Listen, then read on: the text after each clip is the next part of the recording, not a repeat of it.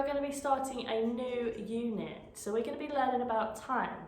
Today's lesson, we are going to make a clock that you are going to use all week to help you. To make your clock today, you will need one piece of paper. You can take this out of your green home learning book. You will need a bowl or something circular for you to draw around. One pair of scissors and a pencil. And if you like, some colouring pencils to decorate your clock. First, you are going to draw around your bowl. So place your bowl onto your paper, hold it down with one hand, and using your pencil, you're going to draw all the way around.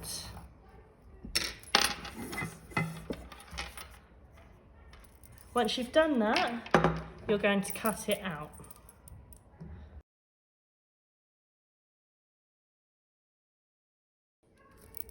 Once you've cut it out, don't throw away the edge because we're going to need that later. So just put that to one side.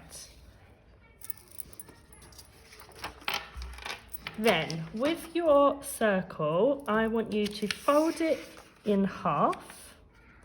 Try and line up those edges. And then fold it in half again.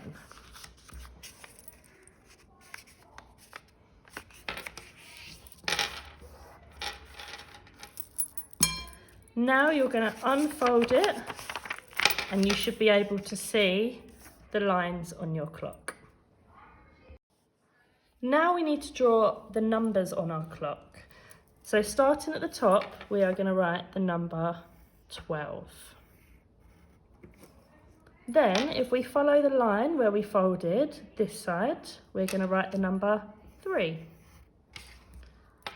Opposite number 12, we have number 6 at the bottom. And then opposite number 3, we have number 9.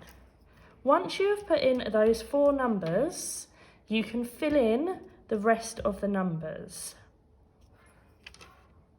1, 2, 3, 4, 5, 6, 7, 8, 9, 10, 11 and 12 is already there.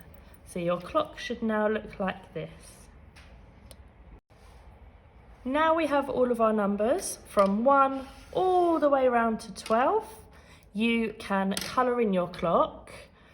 Remember, we still need to be able to see the numbers, so don't colour in a felt tip pen that's going to cover up the numbers. You could use colouring pencils or you could just do some different patterns on it.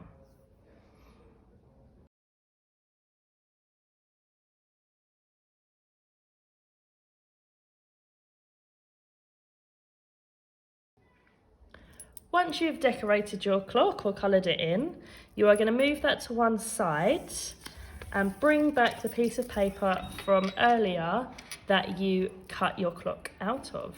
Now we need to make hands for our clock, so you are going to draw one hand that is longer than the other, one for our minute hand and one for our hour hand. Now if you're using lined paper, it will help you because you can start on the margin to make sure that one is larger than the other.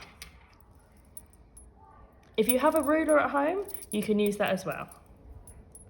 As you can see, I have drawn 2 hands to my clock. My longer hand is my minute hand and my shorter hand is the hour hand. Once you have drawn them, you can then cut them out.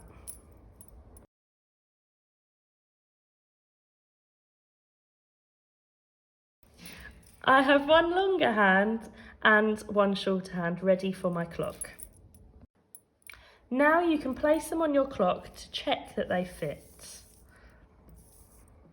Start with your minute hand in the middle of your clock to check that it doesn't come off of the clock, and then your hour hand should fit as well.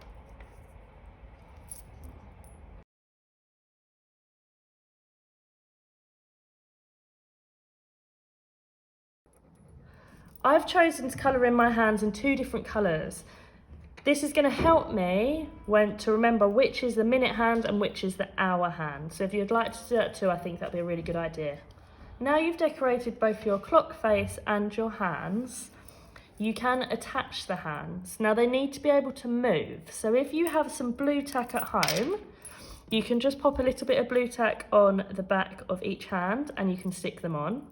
If you don't have blue tack, then you could use a split pin to make a little hole in the middle and make holes in your hands and then push it through so your hands can move around the clock.